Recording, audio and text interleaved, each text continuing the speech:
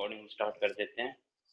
Okay, तो सभी को आवाज क्लियर है? तो आज हम स्टार्ट करेंगे chapter 2, that is unit and measurement.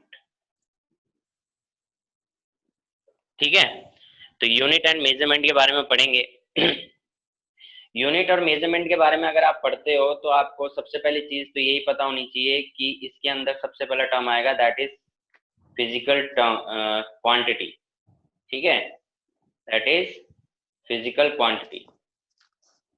अब फिजिकल क्वांटिटी क्या होती है? देखो, आप लोग डेली लाइफ में पढ़ते होंगे, बहुत चीजें बोलते हो, जैसे लेंथ है, मास है, एक्सीलरेशन है, वेलोसिटी है, ये सब चीजों के बारे में आप पढ़ते होंगे। ठीक है। तो ऐसी फिजिकल क्वांटिटी, देखो हम फिजिक्स जब भी पढ़ेंगे तो इसमें बार बार टर्म आपका जो आएगा, that is physical quantity. Physical quantity basically किसी भी टर्म को हम फिजिकल क्वांटिटी बोल दे रहे हैं जिस चीज को हम मेजर कर सकते हैं। जैसे कि वेलोसिटी है, वेलोसिटी को आप मेजर कर सकते हो, मतलब अमाउंट में मेजर कर सकते हो, तो आप उसे क्या कह रहे हो? Physical quantity. मास मेजर कर सकते हो, क्या कहते रहे हो? Physical quantity. एक्सेलरेशन मेजर कर सकते हो, क्या कह दिया? Physical quantity.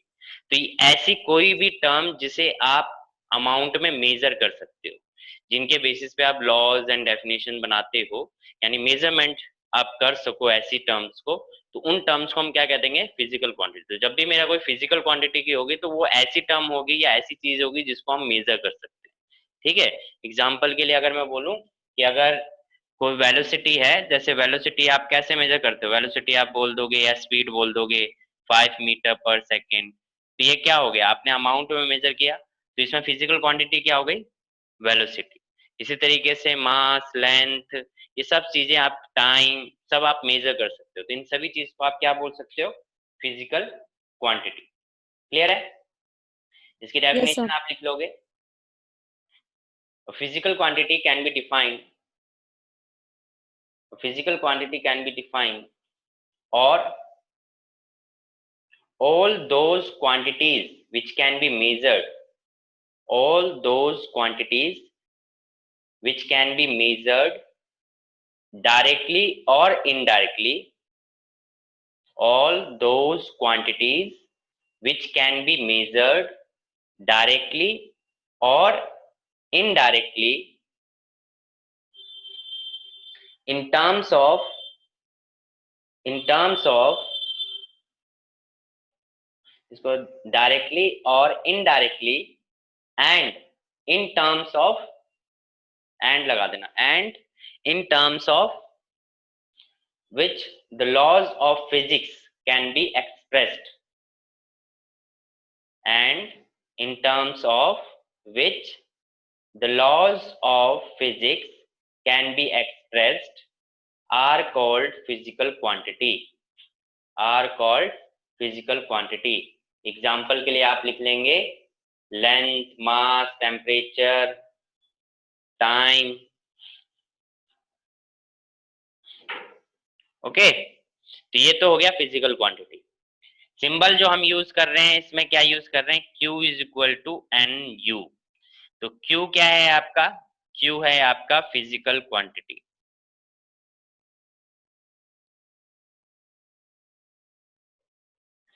N क्या है? Numerical value.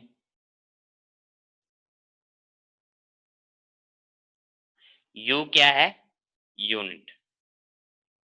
एग्जाम्पल के लिए, अगर आप देखें तो ये देखिए, वेलोसिटी का मैंने एग्जाम्पल दिया आपको, ये एक एग्जाम्पल हो सकता है। और क्या हो सकता है? मास का हो सकता है।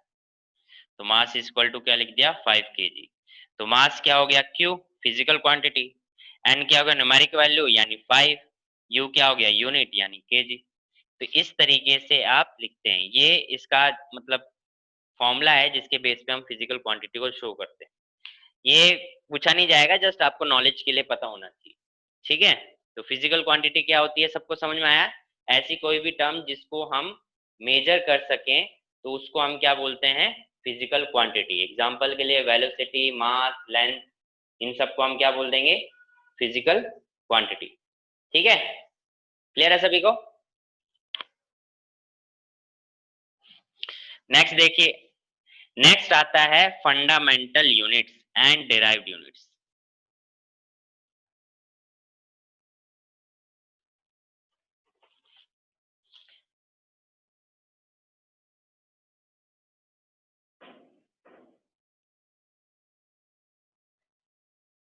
फंडामेंटल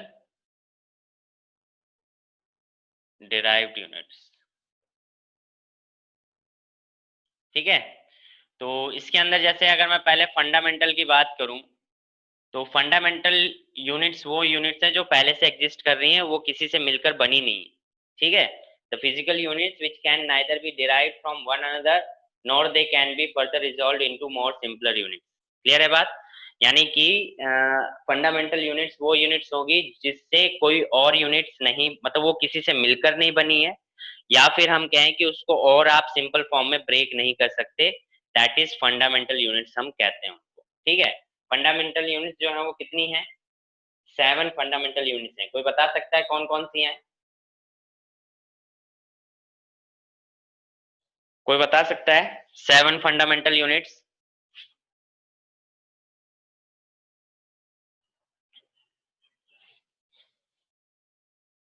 कोई नहीं। Mass, length, time, electric current, thermodynamic temperature, amount of temperature, substance, luminous और क्या हो सकता है? Electric current and amount of substance,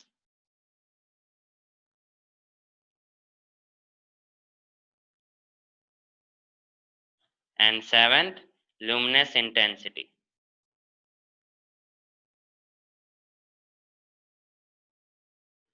मास की यूनिट आप जानते हो क्या होती है?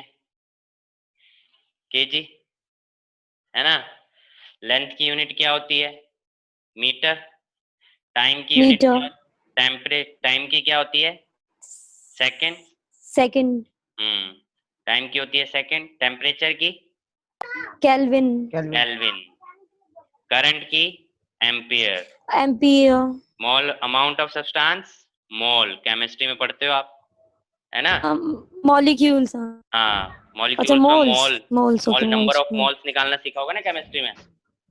और ल्यूमिनेस इंटेंसिटी की होती है कैंडेला, ये याद रखना, कैंडेला, ये होती है small C and D, candela.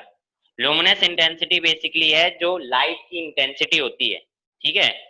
Light की जो इंटेंसिटी है वो किस अमाउंट में स्प्रेड हो रही है। जैसे आप देखते हो लाइट की इंटेंसिटी कभी डिम है कभी तेज है, तो उसको जब हम इंटेंसिटी को मेजर करते हैं तो उसको कैंडेला में मेजर करते हैं, लाइट लुमिनस इंटेंसिटी। ये 7 फंडामेंटल यूनिट्स हैं जो कि किसी से मिलकर नहीं बनी है, या फिर इनको हम और सिंपलर फॉर्म में ब्रेक नहीं कर सकते, ठीक है। वहीं अगर हम डेराइव्ड यूनिट्स की बात करें,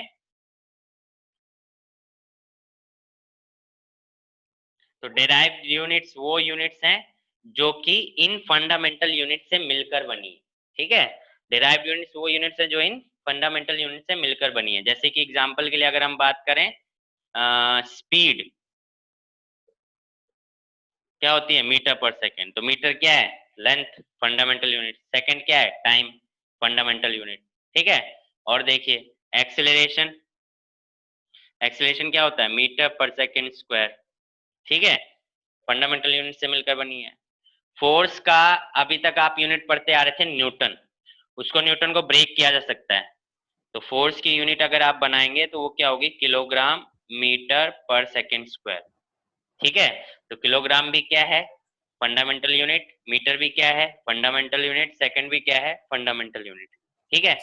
और क्या देख सकते हो और एग्जांपल? वर्क या एनर्जी, इन दोनों की यूनिट सेम होती है, क्या होती है? Kilogram metre square second inverse square, fundamental unit से मिलकर बनी है। तो मतलब ऐसी कोई भी यूनिट जो फंडामेंटल यूनिट से मिलकर बनेगी तो उसे हम क्या कह देंगे? Derived unit. क्लियर है? Yes sir. एक बार अगर सबको क्लियर हो गया है, सबको मेरी आवाज और सब कुछ क्लियर हो रहा है, तो एक बार सभी यस लिख देंगे, बिकॉज सभी के रिप्लाई नहीं आ रहे हैं।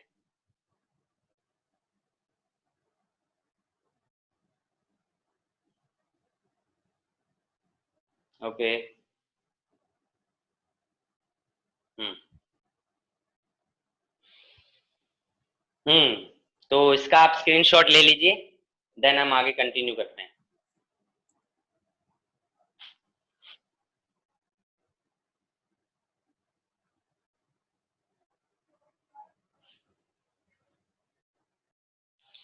नेक्स्ट है सिस्टम ऑफ यूनिट्स। तो यूनिट्स के बारे में, हाँ जी, तो नेक्स्ट है सिस्टम ऑफ यूनिट्स। अब फंडामेंटल यूनिट्स के बारे में पढ़ लिए, डिराइव्ड यूनिट्स के बारे में पढ़ लिए, अब आता है सिस्टम ऑफ यूनिट। देखो यूनिट को हम कई सिस्टम में लिख सकते हैं, ठीक है, यूनिट को हम कई सिस्टम में लिख सकते हैं।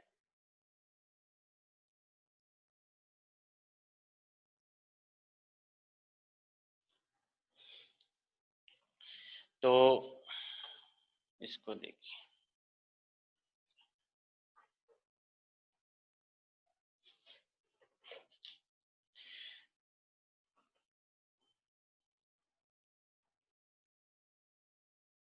System of unit. अब सिस्टम की अगर हम बात करें तो तीन सिस्टम हम पढ़ते हैं, ठीक है। पहला आ गया एमकेएस, दूसरा आ गया सीजीएस, और तीसरा आ गया एफपीएस, ठीक है। एमकेएस में एम है मीटर, के है किलोग्राम, और एस है सेकंड। यानी कि ये मास लेंथ की यूनिट हो गई मीटर, के मास की यूनिट हो गई किलोग्राम, एस सेकंड टाइम की यूनिट हो गई सेकंड। ये एमकेएस सिस्टम हो गया, ठीक है। सीजीएस में देखिए, सीजीएस में लेंथ की यूनिट हो जाएगी सेंटीमीटर, जी ग्राम, मास की यूनिट, एस सेकंड, ये टाइम की यूनिट सेकंड की सेकंड रहेगी। एफपीएस में लेंथ की यूनिट को हम मेजर करते हैं, लेंथ को फुट में, और मास को यूनिट मेजर करते हैं हम पाउंड में, और एस सेकंड का सेकंड। तो ये तीन सिस्टम ऑफ यूनिट्स हैं जो हम पढ़ते हैं। अलग अलग कंट्रीज में अलग अलग सिस्टम ऑफ यूनिट्स यूज की जाती हैं। अगर हम अपने इंडिया की बात करें तो इंडिया में सिर्फ एमकेएस और सीजीएस सिस्टम यूज होता है, एफपीएस नहीं यूज होता। एफपीएस फॉरेन कंट्री में यूज होता है। आप सुनते होंगे फॉरेन कंट्री में जब वेट मास मेजर करते हैं या वेट मेजर करते हैं तो पाउंड में मेजर करते हैं, ठीक है। तो पर इंडिया में क्या होता है, एमकेएस और सीजीएस सिस्टम यूज होता है। तो ये तीन सिस्टम आपको ध्यान रखने हैं, एमकेएस, सीजीएस एंड एफपीएस। अब ये सिस्टम है क्या? सिस्टम बेसिकली ये है कि आप जो किसी भी फिजिकल क्वांटिटी की यूनिट जब आप लिख रहे हैं तो वो फिजिकल क्वांटिटी की जो यूनिट है वो किस सिस्टम में लिख रहे हैं ये इंपॉर्टेंट है, ठीक है। जैसे कि फोर्स है,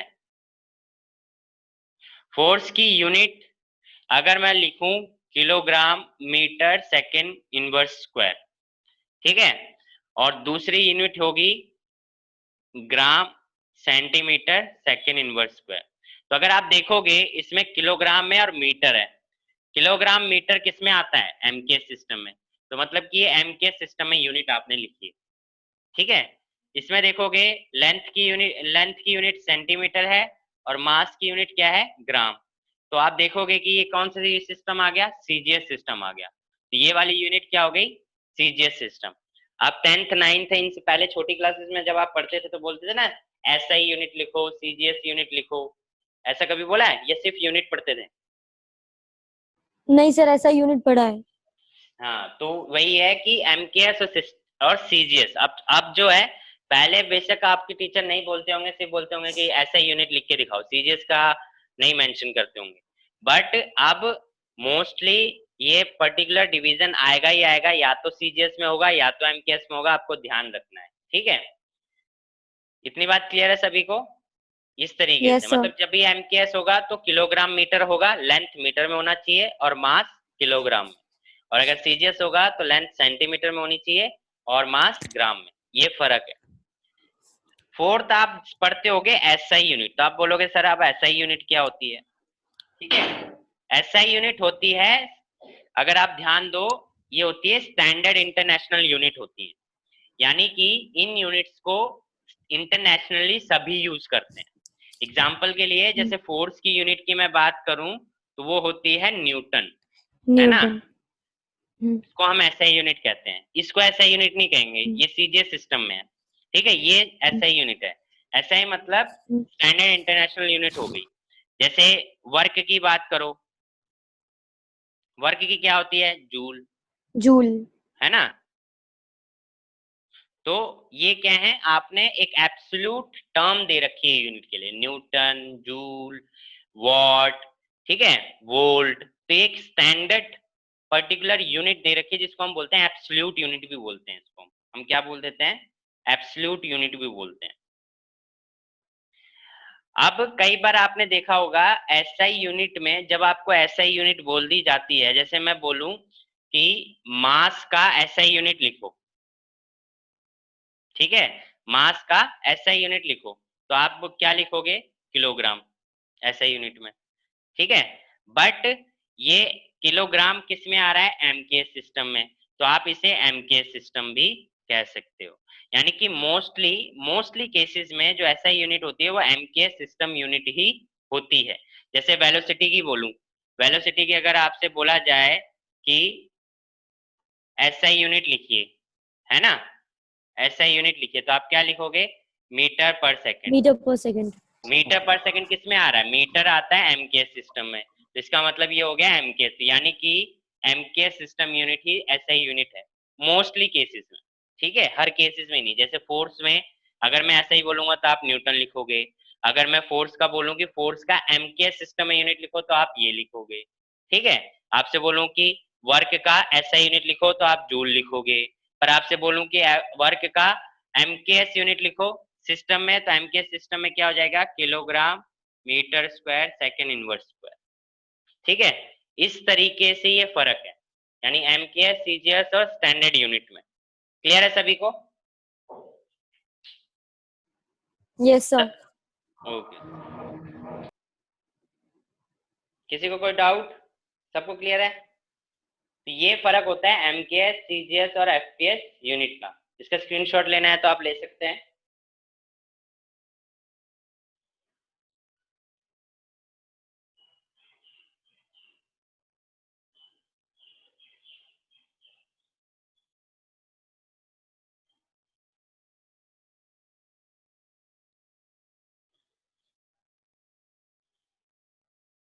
देखो अभी कुछ बेसिक्स चल रहे हैं, यानी कि अभी आगे जो जो चीजें आप पढ़ोगे, बड़ी बड़ी कैलकुलेशन करोगे, बड़ी बड़ी चीजें फिजिकल टर्म यूज करोगे, तो ये जो चैप्टर 2 ये बेसिकली उन सब चीजों को एक तरीके से क्या है, फिजिक्स मैथमेटिक्स है। मतलब फिजिक्स में आप जितनी भी चीजें पढ़ोगे, कोई भी डेरिवेशन कुछ में, उसमें मैथमेटिक्स अप्लाई होनी ही होनी है।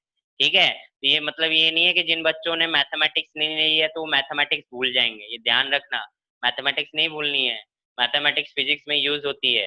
तो जो 10th तक मैथमेटिक्स पढ़ी है वो एटलीस्ट उतना याद रखना, उतना तो यूज कर लेंगे। बाकी जो नई चीजें हम सीखेंगे मैथमेटिक्स में वो मैं बताऊंगा ही आपको। ठीक है, इन चीजों का जरूर ध्यान रखना है।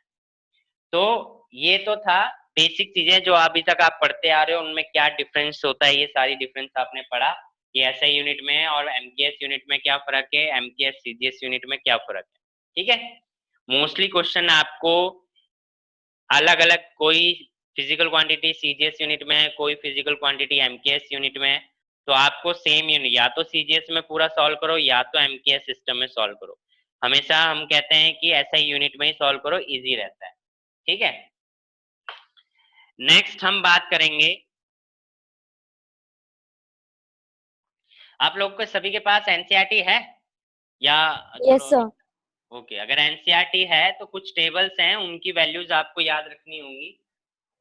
ठीक है, तो अभी जो मैं बता रहा हूँ ये टेबल्स हैं, इनमें कुछ पर्टिकुलर मैं बता रहा हूँ, पर्टिकुलर ही याद रखनी है, टेबल में और भी ज्यादा है। एनसीईआरटी में पीछे में जाओगे तो अपरेटस करके होगा, मेरे पास है नहीं एनसीईआरटी, अपरेटस करके होगा, उसमें है टेबल, पहले या दूसरे पेज पे ही है। ठीक है, तो इसमें प्रीफिक्स वैल्यू के बारे में है, तो ये प्रीफिक्स वैल्यू आपको लर्न करनी है। टेबल में बहुत सारी हैं, जैसे deca, hecto, kilo, mega, giga, tera, peta, exa, deci, centi, milli, micro, nano, pico, femto, atto, इन सब की प्रीफिक्स वैल्यू आपको याद रखनी है। ये मतलब ये टेबल में दिया होगा, बट इसमें से मेन मेन मैं आपको बता रहा हूँ कि मेन मेन कौन सी आपको याद रखनी है, ठीक है। वो ज्यादा फ्रिक्वेंटली पूछा जाता है। जैसे कि किलो, सिंबल इसका यूज करते हो आप के, जैसे किलोमीटर, किलोग्राम, ठीक है। तो ये सब चीजें आप यूज करते हो। तो किलो की जो प्रीफिक्स वैल्यू होती है वो होती है 10⁻3। समझे? एग्जाम्पल के लिए अगर आप बात करें, जैसे मैं बात करता हूँ एग्जाम्पल में, मैंने लिखा 2 किलोमीटर, तो 2 किलोमीटर को 2 इंटू के की वैल्यू क्या होती है 10⁻3, यानी कि 10⁻3 मीटर। अगर आपसे पूछा जाए कि 2 किलोमीटर में कितने मीटर होते हैं, तो आप बोलोगे 2000 मीटर होते हैं, क्योंकि 1 मीटर में 1000 मीटर एक किलोमीटर में 1000 मीटर होते हैं। तो आप बोलोगे 2 किलोमीटर में 2000 मीटर होते हैं, तो ये क्या हुआ 2000 हो गया। तो बेसिकली हम किलो को ही हटा के 3 जीरो लगाते हैं, ठीक है। जैसे मैं बोलता ना 1 किलोमीटर, ये हो गया 1000 मीटर, तो इस किलो की वैल्यू 1000 होती है। ये प्रीफिक्स वैल्यूज होती हैं जो आपको याद रखनी होती है, ठीक है। और क्या होती हैं, और आप ध्यान रखें, मेगा, कैपिटल एम, क्या वैल्यू होती है 10⁻6, ठीक है। और क्या याद रख सकते हैं आप, गीगा तो वैसे पूछता नहीं है, बट ध्यान रख लो, कोई बात नहीं, गीगा बाइट ऐसे आपके आती है। इसको क्या करते हैं, कैपिटल जी, क्या वैल्यू होती है 10⁻9, ठीक है। तो ये प्रीफिक्स वैल्यूज हैं। और इधर आ जाता है डेसी, पूछ लिया जाता है डेसी, स्मॉल डी कितना होता है 10⁻−1। फिर होता है सेंटी, जो आप बार बार पढ़ते हो, सेंटीमीटर, सेंटीग्राम, ठीक है। तो सेंटी, स्मॉल सी, कितना होता है 10⁻−2। फिर होता है मिली, कहते हैं ना मिलीमीटर, मिलीग्राम, तो मिली, स्मॉल एम, एक पहले बहुत पहले नाटक भी आता था मिली, मिली कितना आया 10⁻−3, ठीक है। फिर आता है माइक्रो, इसको, ये सिंबल है ध्यान रखना, ये जो यू है, यू के साथ में ऐसे चला जाता है, माइक्रो, इसको सिंबल म्यू सिंबल कहते हैं, म्यू। एक होता है न्यू, एक होता है म्यू। एक ये आपने सिंबल पढ़ा होगा, इसको हम न्यू कहते हैं, फ्रीक्वेंसी का सिंबल, ठीक है। एक नया सिंबल पढ़ोगे ये, इसको बोलते हैं म्यू, एम एम, म्यू। ये है न्यू, एन, ठीक है। तो माइक्रो म्यू कितना होता है 10⁻−6, ठीक है। फिर उसके बाद आता है नैनो, नैनो कार, अब बनना, उसका प्रोडक्शन बंद हो गया है। स्मॉल एन, नैनो कितना होता है 10⁻−9, ठीक है। फिर होता है पिको, स्मॉल पी सिंबल, कितना होता है 10⁻−12। आपको बस इतने याद रखने हैं, और भी हैं बट आपको मेनली याद यही रखने हैं, क्योंकि इनका यूज ज्यादा होगा, ठीक है, इनका यूज ज्यादा होता है। स्क्रीनशॉट ले लीजिए, प्रीफिक्स वैल्यू ये याद रखनी है आपको, मैं कभी भी पूछ सकता हूँ। इसमें तो कोई डाउट नहीं होना चाहिए मेरे ख्याल से। Kilo kilo, mega, giga, deci, centi, milli, micro, nano, pico, आप साथ साथ कॉपी में, नोटबुक में लिखते जाएंगे ताकि आपको ध्यान रहे।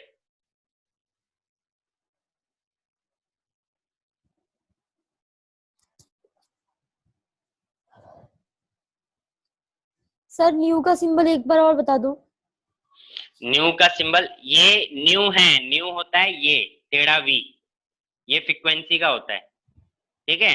हम फ्रीक्वेंसी जो पढ़ते हैं, म्यू का क्या है, जैसे आप यू लिखते हैं ना, इस यू के साथ में बस इधर भी बना दो, तो ये म्यू बन गया, मतलब ऐसे करके बना दो, ये म्यू हो गया। इसको एम, फर्स्ट वर्ड एम है म्यू, और ये एन, फर्स्ट वर्ड एन है ओके न्यू, ओके। दोनों में डिफरेंस ध्यान रखना है। म्यू सिंबल है, जिसको हम यहाँ पे माइक्रो बोल रहे हैं, माइक्रो नाम दे रहे हैं, ठीक है। सिंबल का नाम म्यू है, mu, M M, mu, clear. और सिंबल को। हाँ जी, okay. Hello. Okay, sir. Okay. Okay.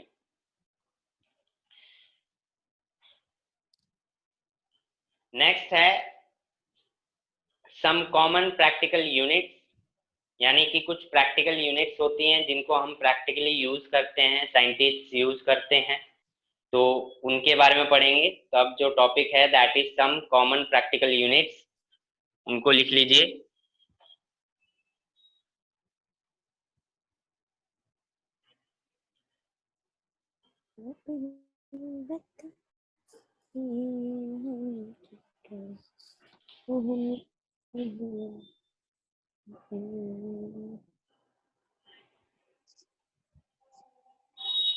Some practical units, इसके अंदर सबसे पहला आता है, हम लेंथ की बात करेंगे। प्रैक्टिकल यूनिट में पहले हम लेंथ की बात कर रहे हैं, तो इसके अंदर पहले आता है फर्मी मीटर। ठीक है, फर्मी मीटर, यानी कि इसको हम बोल सकते हैं FM,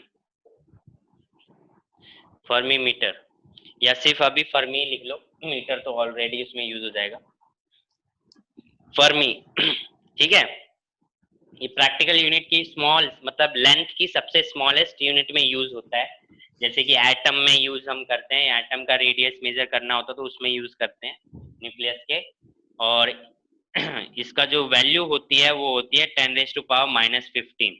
एग्जाम्पल के लिए अगर मैं लिख रहा हूँ 1 या 5 फर्मी मीटर, तो ये हो जाएगा 5 × 10⁻⁻15 मीटर। ठीक है, ये हो जाएगा 5 फर्मी मीटर। अच्छा, अगर 10 मिनट बाद अभी क्लास डिस्कनेक्ट हो जाएगी, क्योंकि 40 मिनट्स का लिमिट होता है, तो आप रिकनेक्ट कर लीजिएगा। ठीक है, मैं दोबारा बनाऊंगा, होस्ट करूंगा, तो दोबारा कनेक्ट कर लेना आप।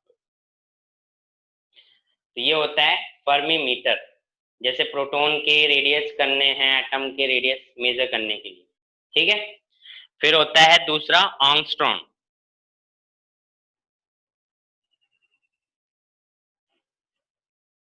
एंगस्ट्रॉम, इसका सिंबल होता है ए और ऊपर डॉट, एंगस्ट्रॉम। ठीक है, एंगस्ट्रॉम, इसकी वैल्यू होती है, अगर मैं 1 एंगस्ट्रॉम लिख रहा हूं तो इसकी वैल्यू होती है 1 × 10⁻⁻10 मीटर। मतलब ये पूरा हट के क्या लग जाएगा, 10⁻⁻10 मीटर हो जाएगा। ठीक है, तो ये एंगस्ट्रॉम की वैल्यू है, मतलब बेसिकली एंगस्ट्रॉम होता है 10⁻⁻10 मीटर।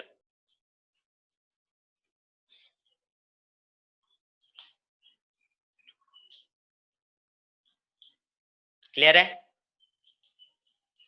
नेक्स्ट हम बात करते हैं लार्ज डिस्टेंस की। लेंथ में हम मेजर कर रहे थे, ये बेसिकली जो है ये स्मॉल डिस्टेंस के लिए मेजर होता था। ठीक है, मतलब जो स्मॉल डिस्टेंस मेजर करने होते हैं तो वहां पे ये चीजें यूज होती हैं। और लार्ज में जो यूज होता है, लार्ज डिस्टेंस में, उसके में हम याद सबसे पहले पढ़ेंगे लाइट ईयर। आप देखते होंगे साइंटिफिक रिसर्च जितनी आती हैं, स्पेस रिसर्च, उसमें जब डिस्टेंस बताया जाता है तो वो किसी भी प्लैनेट का, ब्लैक होल का, यूनिवर्स का, तो वो लाइट ईयर में बताया जाता है, कितना लाइट ईयर दूर है। ठीक है, तो लाइट ईयर क्या होता है, डिस्टेंस होता है, डिस्टेंस की यूनिट होती है। तो जब लार्ज डिस्टेंस होता है तो उसको हम लार्ज डिस्टेंस को लाइट ईयर में मेजर करते हैं, या और भी यूनिट्स होती है। तो LY, small Y light year, definition लिख लेंगे। इसका मतलब होता है जब लाइट एक साल में जितना डिस्टेंस ट्रेवल कर लेती है उसको हम कहते हैं लाइट ईयर। ठीक है, the distance travelled by light in vacuum in 1 year. Light की वजह से एक साल में जितना डिस्टेंस ट्रेवल कर लिया जाता है उसको हम क्या बोल देते हैं, light year. Okay, the distance travelled by light in vacuum in 1 year. Sir आप नोट्स नहीं दोगे? इसमें अभी नोट्स बेटा अभी कोई टाइपिंग वाइपिंग वाला है नहीं, तो नोट्स तो कोई अभी अवेलेबल हो नहीं पा रहे हैं। जब टाइप होके आ जाएंगे देन मैं आपको करवा दूंगा अवेल। ओके। एक पढ़े हुए हैं इसके, बट वो हार्ड कॉपी पड़ी हुई है। अब हार्ड कॉपी आप तक कैसे पहुंचाऊं मैं? ठीक है, वो स्कैन करके मैं देखता हूँ, अगर स्कैन करके हो जाता है तो मैं आपको भेज दूंगा, बट लेट्स सी क्या होता है अभी। इसीलिए मैं साथ साथ लिखवा रहा हूँ ताकि आपको दिक्कत ना हो। ठीक है, नेक्स्ट देखिए, लाइट ईयर हो गया। It is the distance travelled by light in vacuum in 1 year.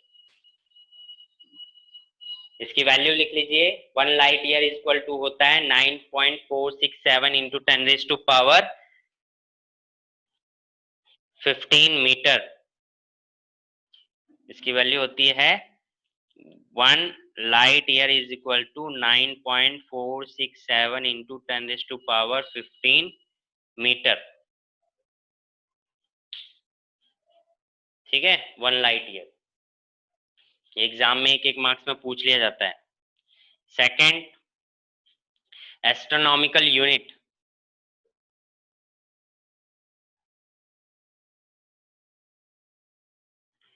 AU से डिनोट करते हैं एस्ट्रोनॉमिकल यूनिट। अर्थ और सन के बीच का जो एवरेज डिस्टेंस होता है उसको हम बोलते हैं astronomical unit. It is defined as the mean distance of the earth from the sun. It is defined as the mean distance of the earth from the sun. It is defined as the mean distance of the earth from the sun. AU से denote करते हैं और इसकी value क्या होती है 1.496। 1 AU is equal to 1.496 into 10⁻11 metre. 10⁻11 metre.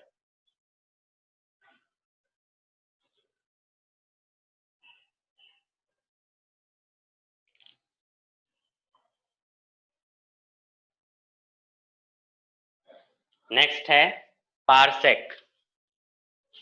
Third, parsec.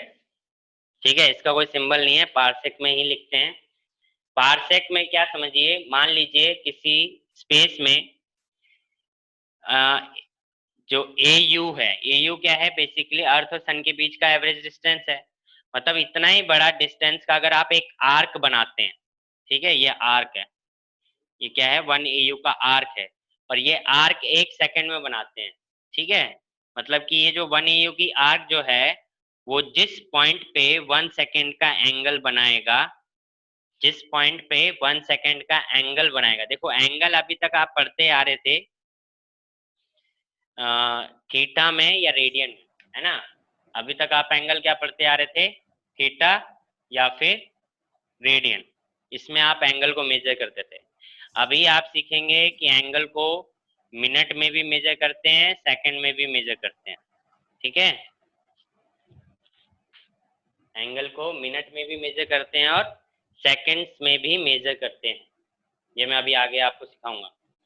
तो 1 AU की आर्क, आर्क सभी समझते हैं क्या होती है, 10th में पढ़ा होगा। जब ऐसे करके आप एक आर्क लगाते हैं, ठीक है, किसी लेंथ की, यस तो सर।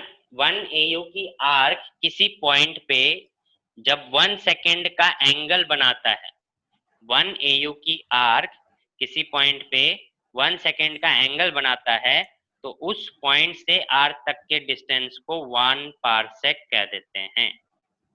सर 1 सेकंड का एंगल कैसा होता है? वैसे ही होता है जैसे थीटा और रेडियन होता है, बस वो और छोटा हो जाता है, बहुत छोटा हो जाता है, मतलब थीटा और रेडियन से भी बहुत छोटा हो जाता है। ठीक है, मतलब होता वैसे ही एंगल ही होता है, वो कोई अलग शेप नहीं होती है, बस वही है कि उसकी वैल्यू जो न्यूमेरिकल वैल्यू है वो बहुत छोटी हो जाती है। ठीक है, यस सर। हाँ, तो 1 AU की आर्क किसी पॉइंट पे 1 सेकंड का एंगल बनाएगा, तो उस पॉइंट से आर्क तक के डिस्टेंस को हम क्या बोल देंगे, 1 पारसेक। क्लियर है, डेफिनेशन लिख लीजिए। It is the it is defined as the distance, it is defined as the distance at which It is defined as the distance at which an arc of length. It is defined as the distance at which an arc of length, one astronomical unit,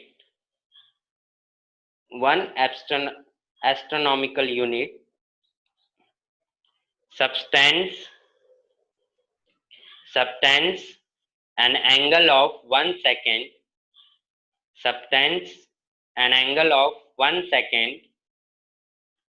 of arc.